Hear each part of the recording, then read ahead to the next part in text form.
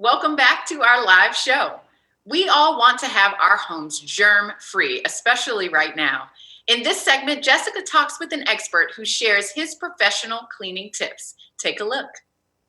With so many of us at home, we have cleaning top of mind and making sure that we're disinfecting those areas that are getting heavily used each and every day. Kyle Ray with Geek Window Cleaning joins us with some insights on hitting those hot spots and really how we should approach this. Kyle, it's great to see you. Yeah, great to see you again.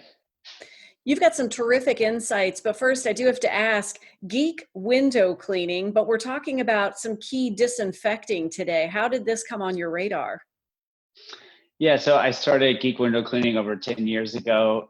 And at that time, we only focused on window cleaning. And over the years, we've added multiple services. And one of them in particular is commercial and residential disinfecting.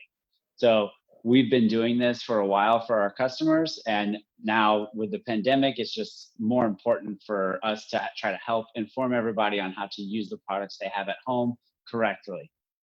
Really helpful. And you're in one of those zones that's really on the forefront anyway. In the kitchen, there are certain areas that we should be focused on, but especially now with COVID-19. Yeah, absolutely. You're correct. There's multiple hotspots inside your house that I'll, try to inform as many of them as I can.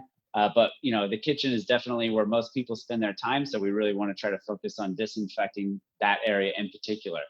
And some of the hot key spots that most people are not thinking of are, the buttons on your microwave, the refrigerator handles, the dials on your stovetop range, even your faucet.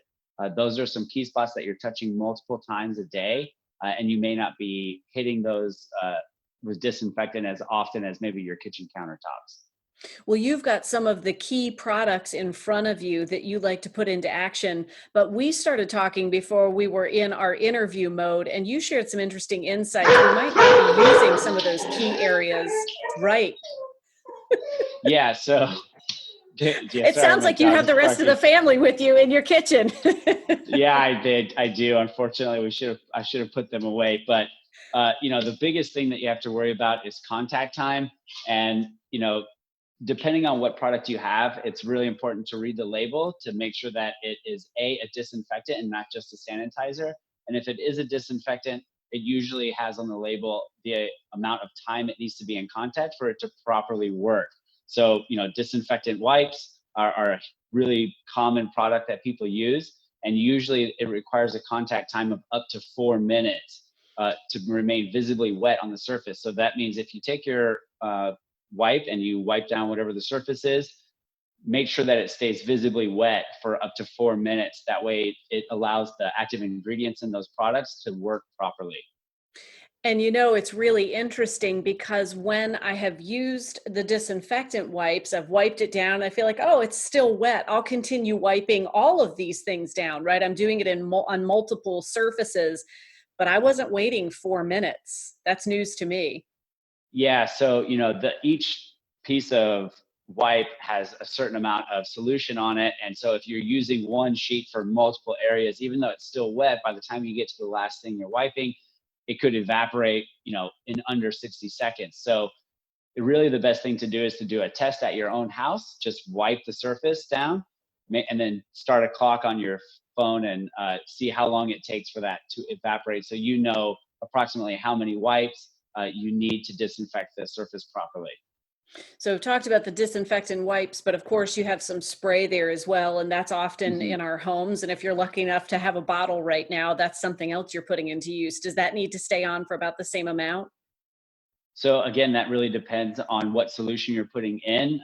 Everything is different. There's some that are sodium hypochlorite based, some hydrogen peroxide based, where the contact time is 60 seconds, and some all the way up to 10 minutes. Now, we do know that if you're using a spray bottle and you spray it on a surface, it generally stays wet for longer because it doesn't evaporate as quickly. So we use liquid sprays more often than we use disinfectant wipes, but disinfectant wipes are still a great product. But yeah, if you have the ability to get solution and spray it, that's what we recommend. Yeah, you mentioned that the business often will go in for residential and commercial disinfecting. Of course, the kitchen is an area that is one of those kind of grimy spots, but are there other areas that should be top of mind for us at home? Yeah, so absolutely disinfect your remote controllers. If you have video games and your kids are playing, disinfect those controllers. Obviously the bathrooms, all those common areas. But when we disinfect, we're disinfecting hard surfaces like your countertops, but we're also disinfecting couches and chairs and anything else that people are kind of hanging around on all the time. So Great I would just insights. look at that. Yeah, absolutely. Make sure that it was news to me in this last flu season that I thought, you have to hit those soft surfaces too. I know that shouldn't have been a news flash, but just reminding ourselves that all of those surfaces need to be addressed. Kyle, thank you so much for being with us. My pleasure. Appreciate it. It's great seeing you again, Kyle, and we appreciate all the insights you've shared. We'll be sure to include a link on our website, wtbr.com/VTM, so you can learn more about Geek window cleaning and some of the solutions and tips that Kyle offers.